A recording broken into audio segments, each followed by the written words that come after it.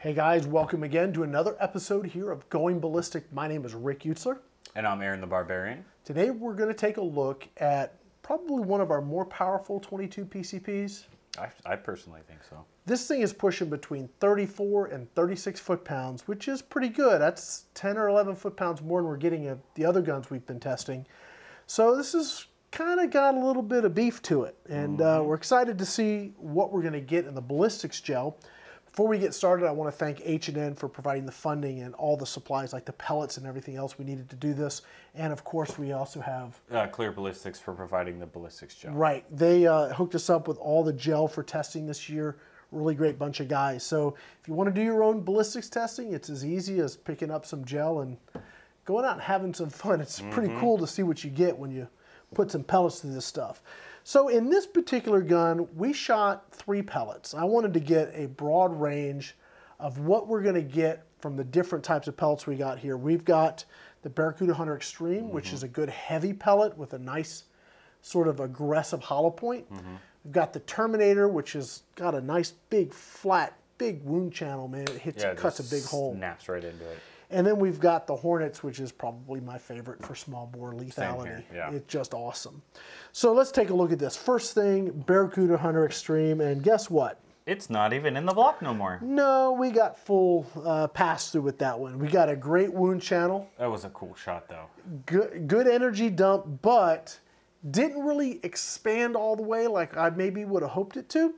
And it just drove right out the other side. I think if we were to hit the gel from farther away, it probably would have stopped, yes. Yeah, because we were shooting 7 to 10 yards or so, and we've got some leather up front here, so we have a little bit of a stop there, you know, to try and help slow it down. 35 foot-pounds coming out of it. Yeah, yeah, it sort of just drove right through it. Now, I've done some hunting with the Baracuda Hunter Extremes, and at range, very, very effective. So, you know, great pellet, but up close, definitely over-penetrated.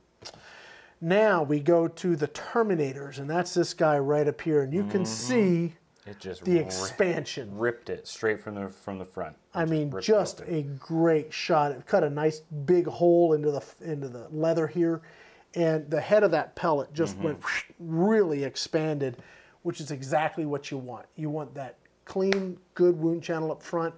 Dump the energy, and you don't want it to over-penetrate, and that's exactly what we got. These Terminators do a great job in that capacity. Again, we're pushing right around that 34 foot-pounds in that guy.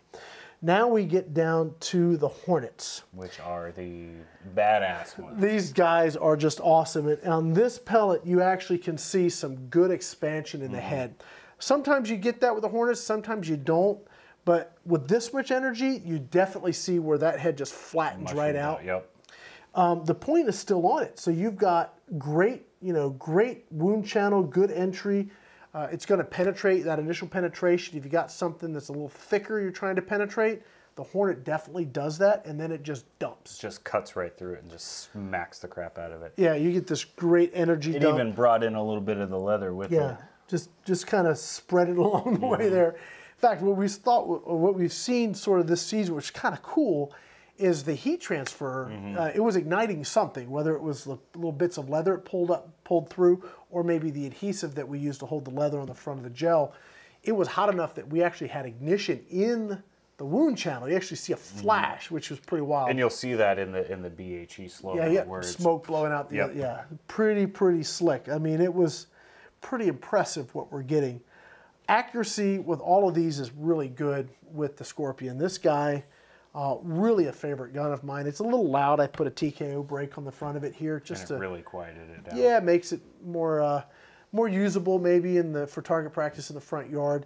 It's still, for me, this is a long-range hunting rifle. That's what this is for. That's what I use it for, and it's been good out to 80 and 100 yards. Just a really good gun. You add the lethality of these pellets, and you've got something pretty cool here. So I guess that's about it. Anything else you want to, mention that we've got going on here? Well, just to remind everybody that if you're looking for the products that we're using today, always look into the bottom of the descriptions. We post links to everything that we use on here. So if you're looking for the gel, we got a link for it. You're looking for the pellets, we got a link for that too. Absolutely. The other thing you can do is go to our website, which is www.airgunWebTV.com, and I stack all the links and all the information in there too. So definitely, if you're looking for this stuff, we definitely want to support our sponsors and everybody that's helped us out. You can get to all their stuff right there. Guess that's it for me, Aaron. Yeah, I think that's going to wrap it up, Rick. All right, my name is Rick User here with AirgunWeb and AirgunWebTV. And I'm Aaron the Barbarian with AirgunWeb and AirgunWebTV. Thanks for watching.